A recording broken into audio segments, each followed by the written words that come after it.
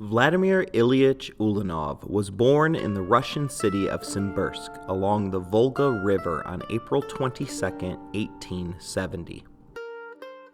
As a baby, he had two prominent features that remained his defining characteristics throughout his life: an oversized head and what onlookers described as Mongol eyes. By all historical accounts, his Van Dyke-style goatee, the third of his trademarked looks, wouldn't appear till later in his life. He was the fourth of 9 children. His parents were capable of supporting such a large brood thanks to the fact that his mother was born as the daughter of a wealthy German doctor, and his father served the Russian czars as an inspector of schools. The importance of education had been instilled upon him at an early age, and he retained this belief even after he had shed his given name. The self-proclaimed Lenin believed in his ability to teach the world, stating, "Give me 4 years to teach the children, and the seed I have sown will never be uprooted." He also said, "A lie told often enough becomes the truth." Vladimir Lenin would lead the revolution that overthrew 400 years of Russian czars. His would be a revolution that would reverberate around the world. Although the revolution's end product was hardly the communist utopia imagined by Marx, Leninism has proven incredibly difficult to uproot.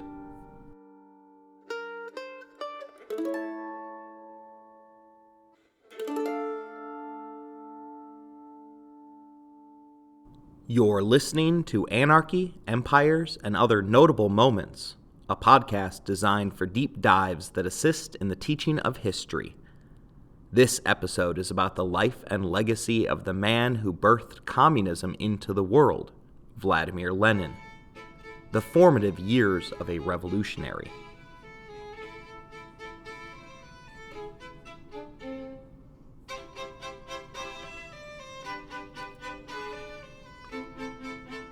Russia has long been a land of contradictions.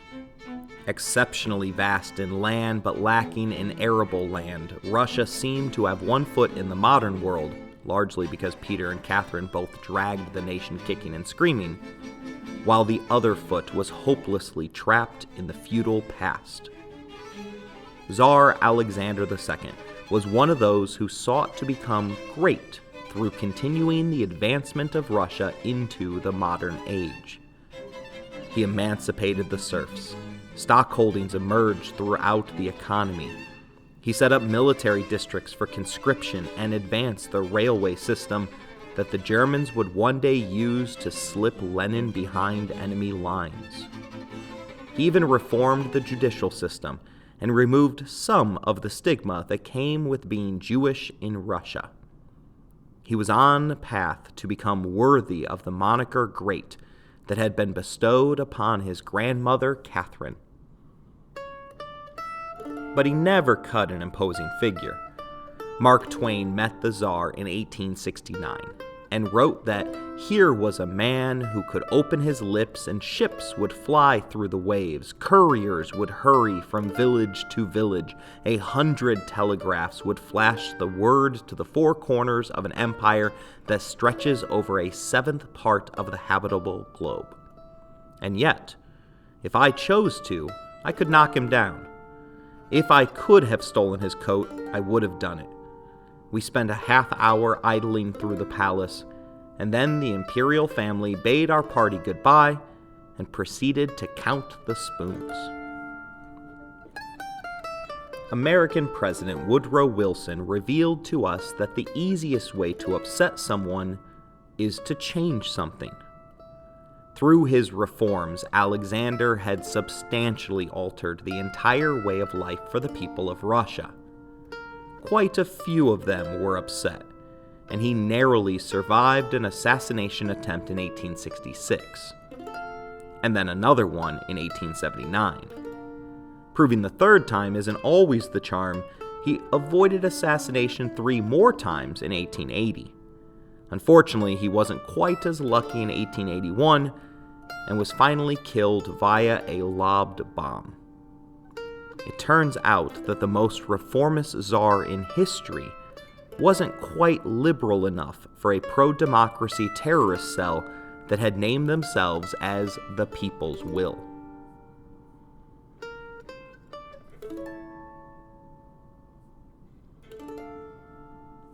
Vladimir Lenin was 10 years old when Alexander II became the past, and his 36-year-old son, Alexander III, emerged in the present to place most of his predecessor's reforms on hold.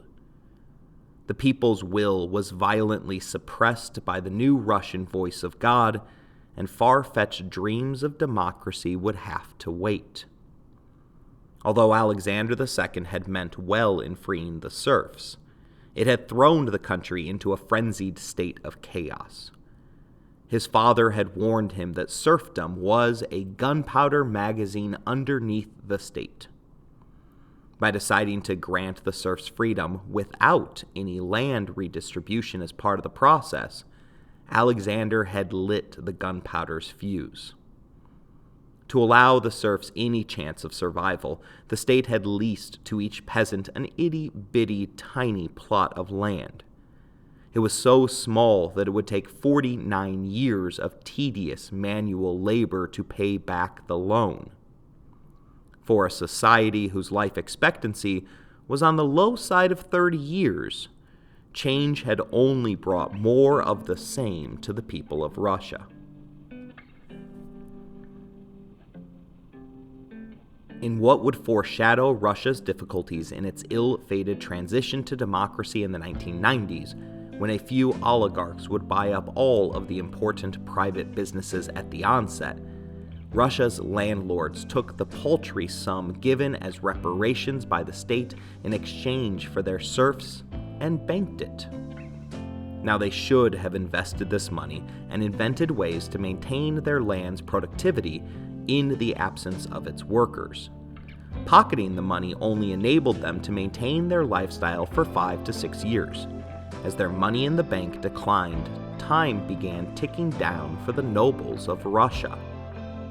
Thus, Alexander had managed to threaten the lifestyles of all of his citizens in one singular moment of progressive change. Productivity declined across the country, and in 1863, the nation experienced more than 2,000 separate peasant uprisings.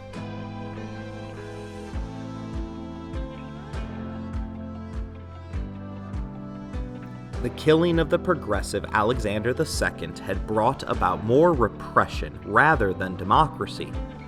Fearful that he would share his father's fate, Alexander III massively repressed his people, rolling back popular reforms, including an unreleased proposal which his predecessor had claimed was the first step towards constitutional governance.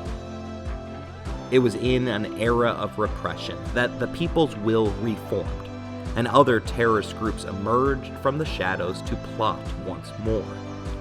Revolutionary leader Sergei Stepan Kerensky admitted to his adherents that while terror is a terrible thing, there is only one thing worse than terror. It is to endure violence without a murmur.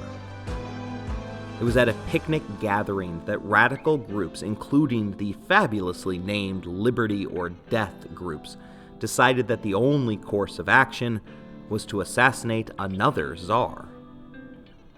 It was among these groups that history discovered the name of Alexander Ulyanov, Lenin's elder brother. An extremely dedicated student, Alexander's one flaw, according to his younger sibling, was that he will never be a revolutionist, explaining that on his last summer visit home, he spent his time preparing a dissertation on annelid worms and worked constantly with his microscope. A revolutionist cannot possibly devote so much time to the study of worms. Lenin and his brother grew up in a world that seemed impossibly far away from the life of a revolutionary. Vladimir described his mother as a saint. She would go on to bankroll the life of her son well into his third and fourth decades of life. His mother, Maria Alexandrovna Blank, was the daughter of a Jewish man who chose to defy the Tsar and raise her 6 children as Lutherans. She didn't believe in public displays of affection, but remained deeply loved by all of her children. She deeply valued education and would have been proud of the work that her eldest son had been doing regarding his annelid worms. The Ulyanov family were wealthy enough to have their own summer home in the country, courtesy of Vladimir's grandfather. The future dictator spent tranquil summers beneath the cultivated apple, plum, and cherry trees that lined the property. Before he found Marx, he was enthralled by Harriet Beecher Stowe's Uncle Tom's Cabin. The book inspired afternoon games with his brothers and sisters playing Civil War, during which Lenin always took the role of a Northerner, preferring to play the parts of Lincoln, Sherman, or Grant. His love of tactics translated nicely into a passion for chess. And although I doubt that the authors of Netflix Queen's Gambit took any inspiration from Vladimir, a number of scenes would seem familiar to those who have studied Lenin. For instance, he regularly played and won simultaneous chess games. He would also play in his sleep, subconsciously calling out his countermoves.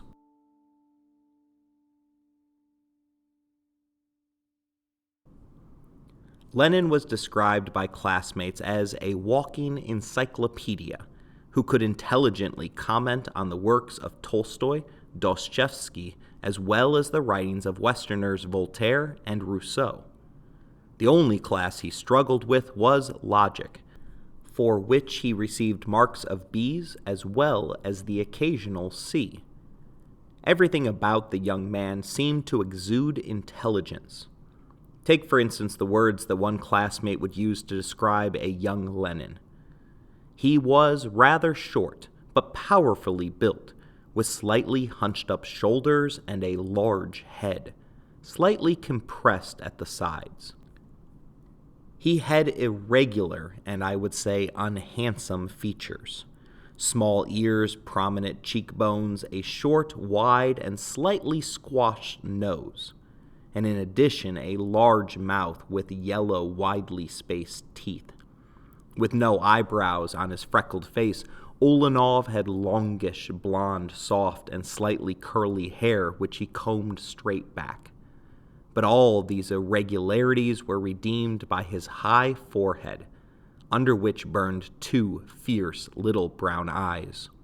His ungainly appearance was easily forgotten in conversation under the effect of these small but unusual eyes which sparkled with extraordinary intelligence and energy.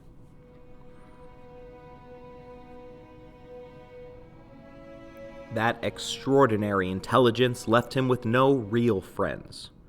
Rather than being liked, Vladimir was respected by his classmates.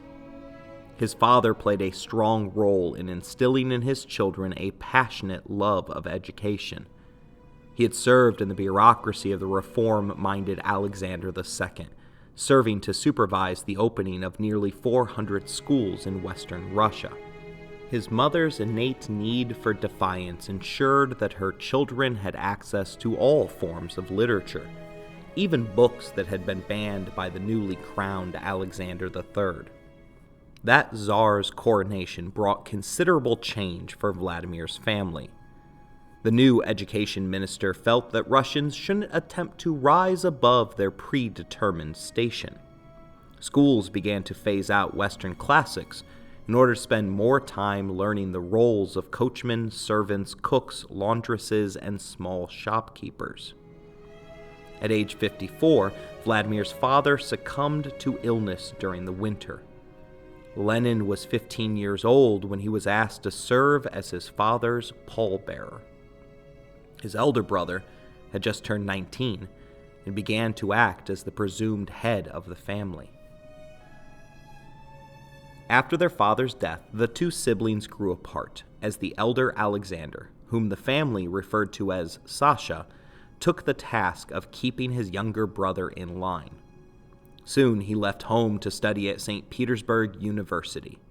Historian Philip Pomper, author of Lenin's Brother, The Origins of the October Revolution, explains that his transformation from A-plus student to terrorist was a slow march that came from an internalization of his family's ideals, which encouraged scientific endeavor and a sense of duty to society.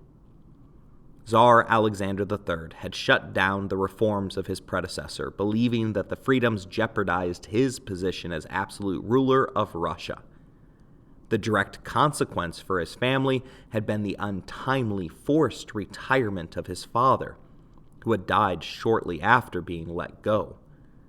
In college, he was exposed to authors who promoted those with a sense of duty to do something in order to alleviate the suffering caused by Russia's archaic political, social, and economic systems. The elder Ulyanov became a disciple of nihilism, an individual who rejected religious and moral principles under the assumption that life itself is meaningless. Rather than drifting, he began to commit his life to serving the people, eventually believing that the best way to help was to remove the Tsar himself in order to pave the way for a government which took care of the needs of the less fortunate. By his senior year, the meetings for the St. Petersburg faction of the People's Will were meeting in Ulyanov's own apartment. Historian Victor Sebastian, our main source for this series, refers to the assassination attempt as laughingly amateur. 15 people were involved in the planning, far too many to keep the deed quiet. In fact, the secret police, known as the Okana, were fully aware of the plot and were confidently waiting for the opportune time to make an arrest. That time came after one of the plotters had been arrested on an unrelated charge a few days before the intended date of the attack.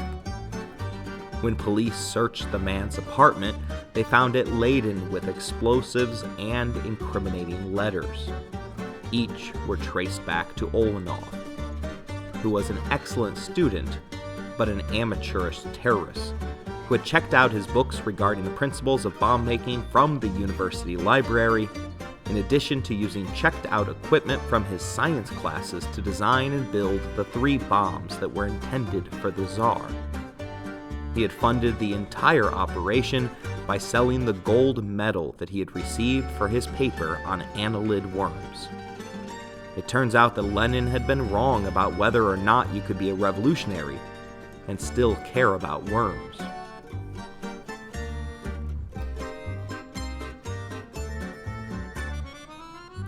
Show trials were already well established as a part of the Russian judicial system at this point in history. The decision of the court was regularly predetermined before any evidence was ever presented. Sasha Ulyanov was arrested a few hours before the attack had been scheduled to commence. He admitted his guilt and heroically attempted to prevent his co-conspirators from taking any blame. But his apartment was littered with incriminating information. His mother begged the authorities to go easy on her son, and due to her connections was allowed to see him before the trial began. Upon being asked why he had resorted to terrorism, Sasha tearfully replied, "What can be done, mother, when there are no other means available?" At the end of the 4-day trial, Ulyanov read the following prepared statement. Terror is the only form of defense, the only road individuals can take when their discontent becomes extreme. We students are encouraged to develop our intellectual powers, but are not allowed to use them for the benefit of our country. Among the Russian people, you can always find a dozen men or so who are so utterly devoted to their ideas and take the misfortunes of their country so much to heart that they do not consider it a sacrifice to die for their cause. There is nothing that can frighten or intimidate such people. All 15 of the defendants were sentenced to death, but the Tsar commuted 10 of those. Lenin's brother was one of the 5 that hadn't been altered by Alexander's forgiveness. Sasha had hesitated in asking for leniency, fearing that it would undo the good that he falsely believed he had done in publicly proclaiming his dedication to the cause during the trial. On May 4th, 1887, he was hung to death. The gallows used for the event only held 3, so Sasha and one of his conspirators had to stand watch, witnessing their friends die first. When it came time, he kissed the cross offered by the priest as a form of last rites, and spoke his final words, "Long live the people's will." His 17-year-old brother was in the midst of a geometry test during the deed. His mother had believed that she could change the Tsar's mind. Thus, no one had informed Vladimir that his brother had been sentenced to death.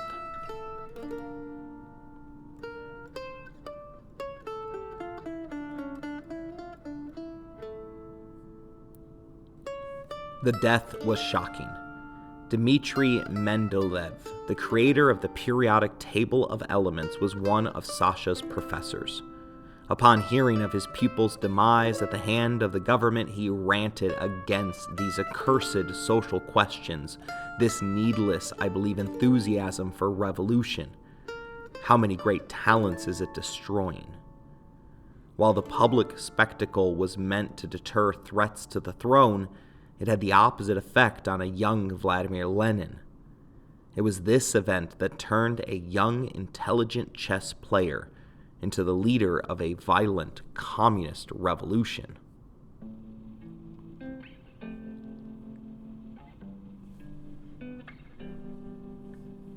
Pomper tells us bluntly that Vladimir stepped on the revolutionary path because of his brother. Before this point, Vladimir did not read revolutionary literature or show any of the typical signs of someone on the way to a revolutionary career. Things changed dramatically after the death of his brother. Sebastian describes the event as directly resulting in a young boy who rarely thought about politics becoming radicalized almost overnight. This was the first defining moment for Vladimir Lenin. Sebastian reveals to us that Lenin was driven by emotion as much as by ideology. His thirst for revenge after his elder brother was executed for an assassination plot against the Tsar motivated Lenin as powerfully as did his belief in Marx's theory of surplus value. The aftermath of an infamous public crime doesn't end with the execution of the criminal. Family members are forced to deal daily with the abuse and public shame that comes because of their loved one's crime. Neighbors began to shun the family. Friends were no longer willing to sit down and play a game of chess with Vladimir. The abuse grew so unbearable that the family felt forced to move to a new province in order to start over. This was all despite the fact that an attempted assassination of the Tsar wasn't all that shocking of a story. The population of Russia was so disgruntled with their lot in life that there were nearly 20,000 government officials who were assassinated during the final 25 years of the reign of the Russian Tsars. Violence was so common that rather than shock, it created a public atmosphere of resentment and indignation, which breeds in the ranks of Russian society one avenger after another. Lenin was just another in a long line of citizens that sought revenge for the loss of a loved one.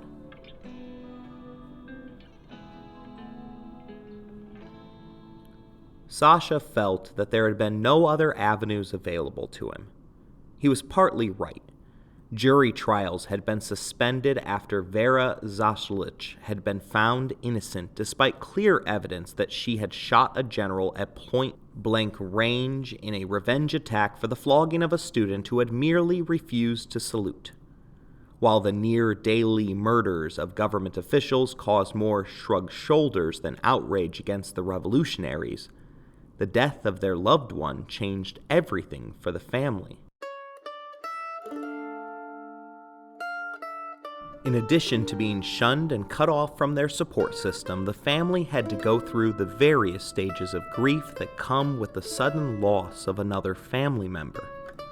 For a long time, Vladimir blamed himself for not being able to spot the signs of his brother's descent into such a nefarious world.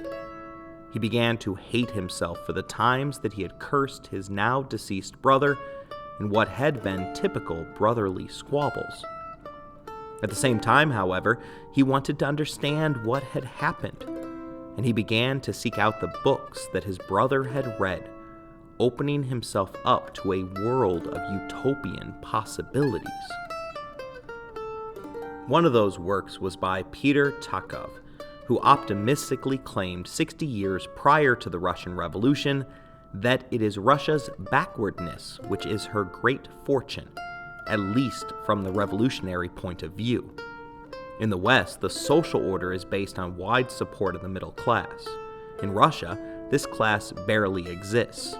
85% of Russia were peasants. What holds things together in this country, he asked? Just the state, i.e. the police and the army. What is needed to make this state fall into fragments? Not much, he answered.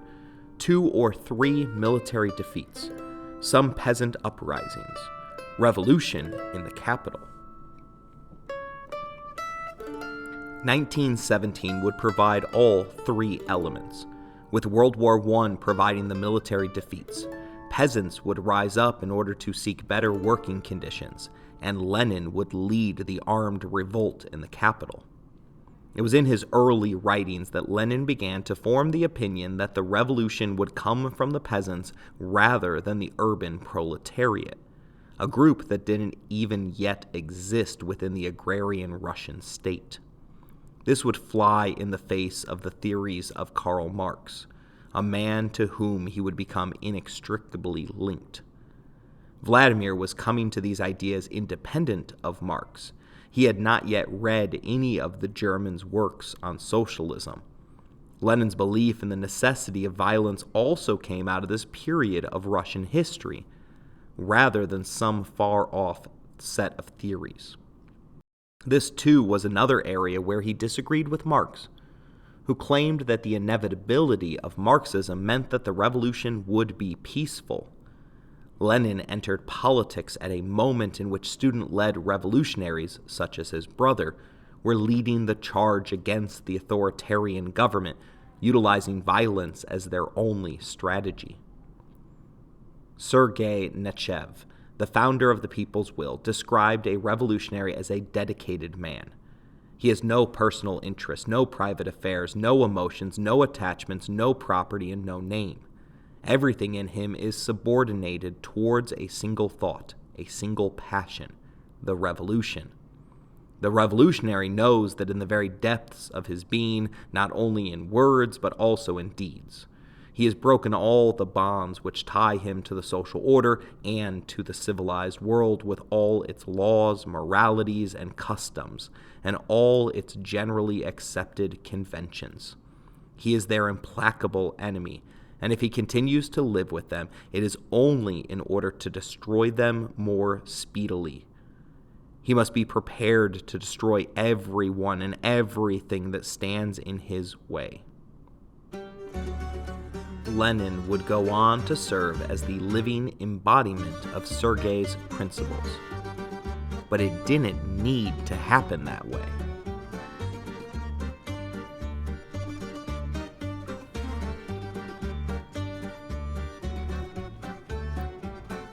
At this moment in time, there was still some hope for the young Vladimir Ulyanov, but he was unable to catch a break. Shortly after his brother was executed, his sister Olga passed away from an illness. It was the 3rd death in 5 years of a beloved family member.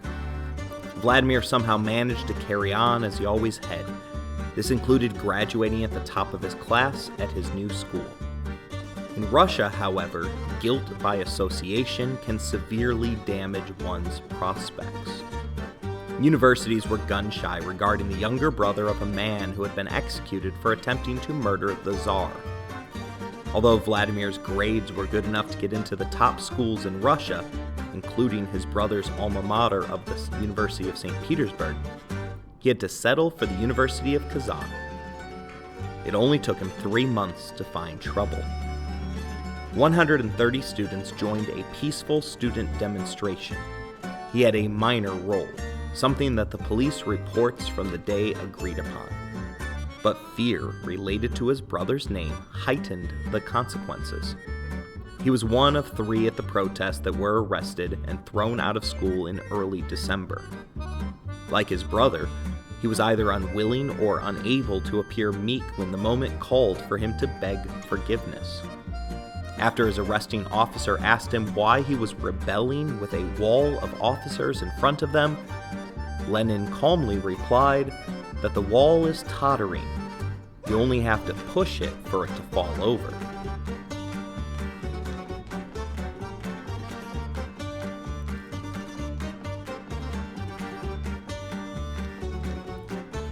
For his entire life, Vladimir had defined himself through his intellect.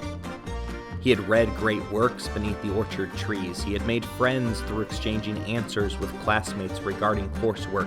He had dominated intellectual discussions and games of chess. Now at age 18, he was suddenly shut out of the educational system. He appealed for readmittance to school, but was harshly rejected. The minister even wrote on the young man's application not to be accepted under any circumstances. He then requested permission to attend school abroad, to which the Minister of Education added to the application, "Wouldn't this be the brother of the other Ulyanov? On no account should the request be granted." Hopelessness can be a long and dark tunnel that twists our thoughts and leads to further despair. Václav Havel, the Czechoslovakian leader who successfully transitioned his nation from a member of the Communist Soviet Union to a Western democratic nation-state, had a unique take on the idea of hopelessness. Although there was no overlap between the two men, I believe that Havel's approach to the subject is the way that young Vladimir Ulyanov perceived this moment of despondency. Havel asks, "Isn't it the moment of most profound doubt that gives birth to new certainties? Perhaps hopelessness is the very soil that nourishes human hope. Perhaps one could never find sense in life without first experiencing its absurdity." Lenin began to educate himself. He tells his biographers that never later in my life, not in prison, in Petersburg, or in Siberia, did I read so much as in the year after my exile to the countryside from Kazan. Leon Trotsky, who would eventually serve as one of Lenin's top advisors, described this time in his boss's life as the crucial time that forged him as a socialist. The book that grabbed his attention the most was a fictitious novel titled What is to be Done? The author was jailed for attempting to incite subversion against the Tsar, but somehow the Russians neglected to censor his book. The book's main character, Rakhmetev, dreams of a world where poverty has ceased to exist and everyone lives in total freedom. He forsakes all pleasure in the cause of revolution and disposes of his personal wealth to provide support to impoverished students. He devoted his entire life to his revolutionary ideals, forsaking alcohol and love, each of which would take too much time from his pursuit of knowledge. At one point, Rakhmetev reads non-stop for 82 hours. To better pursue his goals, the character goes so far as to divide each and every day up to 15-minute increments in order to stay on task and complete each assigned purpose. Sebastian tells us that Ulyanov consciously modeled himself on Rakhmetev. Like the main character, he became unswerving in his dedication to his ideals. He was brutally honest, clinically efficient, and coldly rational. Just weeks after his revolution, he would conduct daily 6 to 7 hour meetings, where each cabinet member was given speaking allotments of exactly 15 minutes. He began working out vigorously as a gymnast, believing that a revolutionary must dedicate all aspects of his life to prepare his mind and body for the coming days.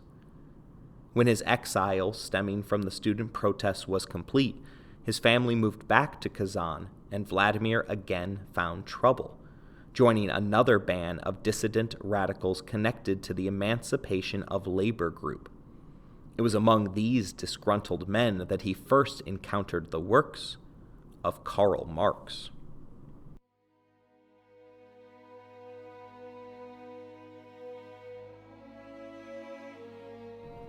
His mother, still racked with grief regarding Sasha, wasn't yet ready to give up on her youngest son. Worried that he was headed in the same direction as his older brother, she bought a country estate in a last-ditch attempt to isolate her family from the dangerous world of Russian politics. She introduced Vladimir to the life of a country squire. The family was able to secure 160 acres of decent agricultural land. A dutiful son, he tried to make it work over 3 planting seasons. The experience was so miserable that he only publicly spoke about his life as a squire once, stating for the record that, "My mother wanted me to farm. I tried it, but it would not work. Things were not going right. My relations with the peasants got to be abnormal." He referred to this time in his life as his backwater existence. The abnormal relations with the peasants was the nicest way of Lenin saying that they were stealing from him and his family as livestock kept disappearing in the night. Perhaps if the young squire had kept a better eye on the horses and cows, he could have prevented it, but his mind was elsewhere. He again took to reading for long periods of time beneath the trees. He even translated the Communist Manifesto into Russian. After her son began to sneak into a nearby town to attend secret revolutionary meetings, Vladimir's mother pulled the plug on rural life and suggested a career as a lawyer instead. Although the professional field of law would be a significantly better fit for the young intellectual, there was one major problem with this plan. Namely, that he remained legally barred from attending any preparatory schools. Lenin showcased his intelligence and force of will in overcoming this significant barrier. He taught himself, cramming a curriculum that is spread out over 4 years into a mere 12 months. He also taught himself Latin and ancient Greek. Unsurprisingly, he received top marks on all of the 14 tests required to achieve his degree. He was 22 years old and finally had a chance to earn a living and set aside his brother's shadow once and for all. But that's an easier task said than done. The last name of Ulyanov still spooked a number of would-be employers. Unbeknownst to him, Lenin had remained under the watch of the Tsar's secret police, the Okhrana. He managed to find a job as an assistant to a lawyer with whom he had regularly played chess through correspondence. The work was sparse and unfulfilling to both his soul and wallet. He represented petty criminals across 14 different cases, only winning 1. He defended thieves that had been caught red-handed, peasants who stole to survive, and a tailor accused of blasphemy. That last case showcased the blunt, direct speaking style for which Lenin became known for during the revolution's earliest years. The tailor, accused of cursing the Blessed Virgin, asked whether he had any chance at avoiding prison. Lenin counseled him, "Oh no, none at all, I'm afraid of." Despite a steady stream of work, Lenin's mind still wandered towards his personal war against the Tsar. Famine hit the region in 1891, and as was typically the case, the Romanovs did little to help their people. 400,000 starved to death. Those with a social conscience did what they could to help the less fortunate. Anna, one of Vladimir's sisters, raised money for food and visited the sick to distribute medicine. As her actions were discussed around their mother's dinner table, whom Vladimir the lawyer still remained financially dependent upon, Lenin's family couldn't believe his thoughts on the famine. They called him inhumane and inflexible after he informed them that the famine was a good thing. for it would weaken the aristocracy and show to the people that capitalism, by definition, hurt more people than it helped. Lenin was guilty of commodifying life, a charge that he and his followers would regularly level at capitalists. To him, the 400,000 deaths were just numbers on a ledger that could be used to justify a new world order, cleansed of capitalism and monarchs. Unlike his nihilistic brother, Lenin had become a strict utilitarian, choosing to believe, as Machiavelli did, that the ends always justified the means.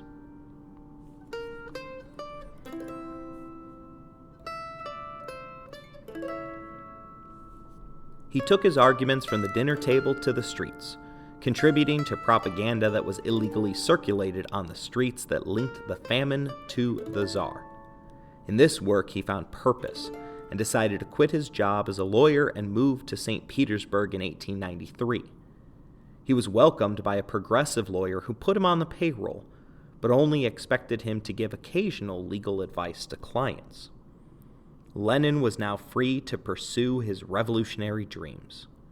Sebastian writes that his energy was taken up with making a name for himself in the revolutionary movement as a writer, journalist for obscure illegal publications, and speaker at clandestine meetings and lecturer.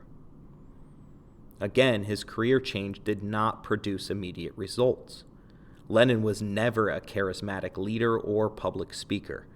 His strength was in telling it straight to his audience, but he had to learn how to talk to them first. This was the man who 20 years from now would go on to successfully overthrow one of the world's longest-serving autocracies in a public effort to elevate the peasants to the top strata of society. Lenin had been born into an aristocratic family. Although they were not terribly wealthy, his mother had been able to buy 160 acres so that her son could try out the life of a farmer. During those years, he described his relationship with the peasants as abnormal, foreshadowing that his intelligence would prove to be a hindrance to his cause of aiding the urban poor workers of Russia. Marx, Engels, and other writers were deep philosophical academics. The people that they sought to lead didn't even know how to read. Lenin wrote more than 10 million words in his lifetime, which doesn't include his personal correspondence, which show a softer side of the dictator, as well as detailing to us how much he depended upon his mother for financial support throughout his adult life. Even high-end academic institutions rejected his early works for being too boring and dense. Rather than the rapier, Lenin pushed his ideas forward as if they were a battering ram. An examination of his early writings show that Lenin the revolutionary, rather than Lenin the lawyer or country squire, was his real personality. His first published piece discouraged individual acts of terror and rebellion, such as his brother had committed.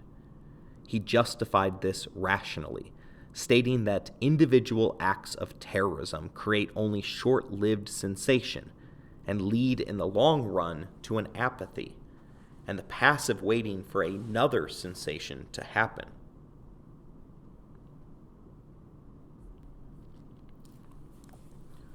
The works that he did manage to get published were enough to get him invited to some of the most famous salons in the capital. It took considerable time for Western ideas to traverse the Central European plain. Romanovs, Peter and Catherine went to great lengths to bring Russia into the modern European age, with Peter violently ripping out Russians' beards and requiring them to wear short modern Italian coats during the harshest of winters. Although still incredibly violent, Catherine was a little more delicate in her westernization methods, introducing Enlightenment ideas and discussions to the Russian court. Lenin entered the world of salon politics 100 years after the French Revolution had been inspired in the salons of Paris by elite thinkers of the age, including Americans Thomas Jefferson and Benjamin Franklin. Lenin had found himself within the progressive Russian salon scene and made a name for himself as a tough-nosed debater who viciously verbally dominated his opponents. The arguments were similar to those made by France's radical left-wing Jacobins. In fact, Lenin's early writings are a clear-cut mix of Jacobin plus Marxist thought. I happen to know a bit about the competitive activity that is debate. Russian philosophical debate was traditionally done with courtesy to one's opponents, as debaters were expected to showcase impeccable manners and decency suitable to the upper echelons of aristocratic society. Lenin did the opposite, ridiculing his opponent in order to make his adversary feel as though they were a fool. I have never trained anyone to argue the way that Lenin did.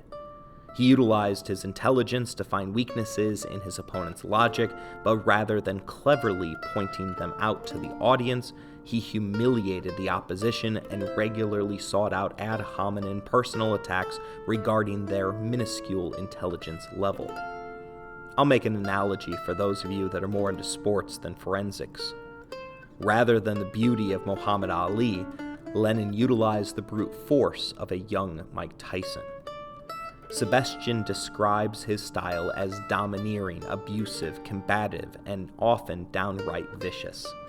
He battered opponents into submission with the deliberate use of violent language, which he acknowledged was calculated to evoke hatred, aversion, contempt.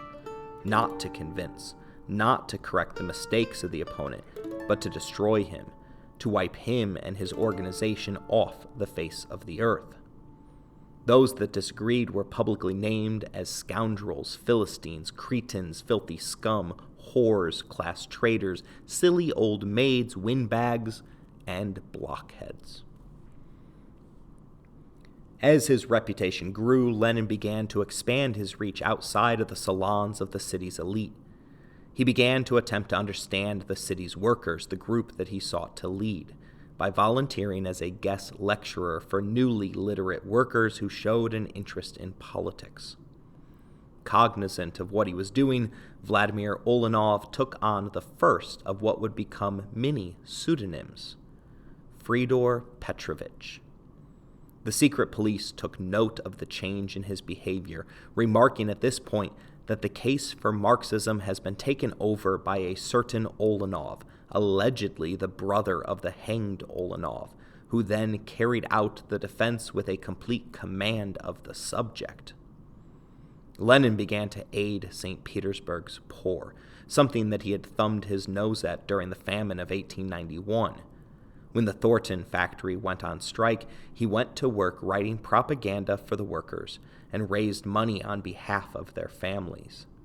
His actions began to snowball, and armed with a growing reputation in socialist circles, Lenin asked the government in April of 1895 for permission to vacation in Central Europe. The official reason he gave was to seek medical treatment at a spa for a stomach disorder, a stress-related illness that he would suffer from for the rest of his life. In reality, though, he had mapped out a 4-month trip to visit some of the most influential Russian thinkers in exile. Although he had thought that he was clever in his ruse, the Okhrana knew exactly what the young man was up to. The trip was approved in large part because Russia's autocracy wanted to remove him from the chessboard. They believed that he would be forgotten by the workers during his disappearance and thus would come back from Europe in a weaker position.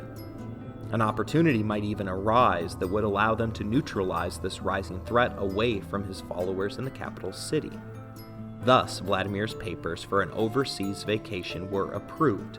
His passport was stamped, and he was allowed to travel to Austria, Switzerland, France, and Germany for some rest and relaxation.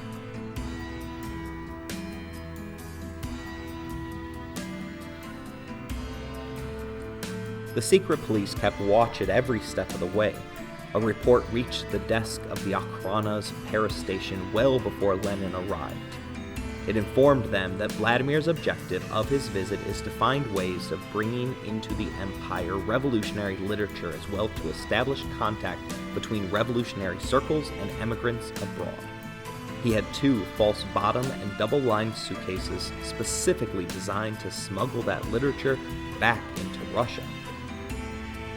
He did manage to get some vacationing done on the trip, which included him being awestruck by the majestic Alps and visiting a Paris nightclub full of scantily clad dancing girls.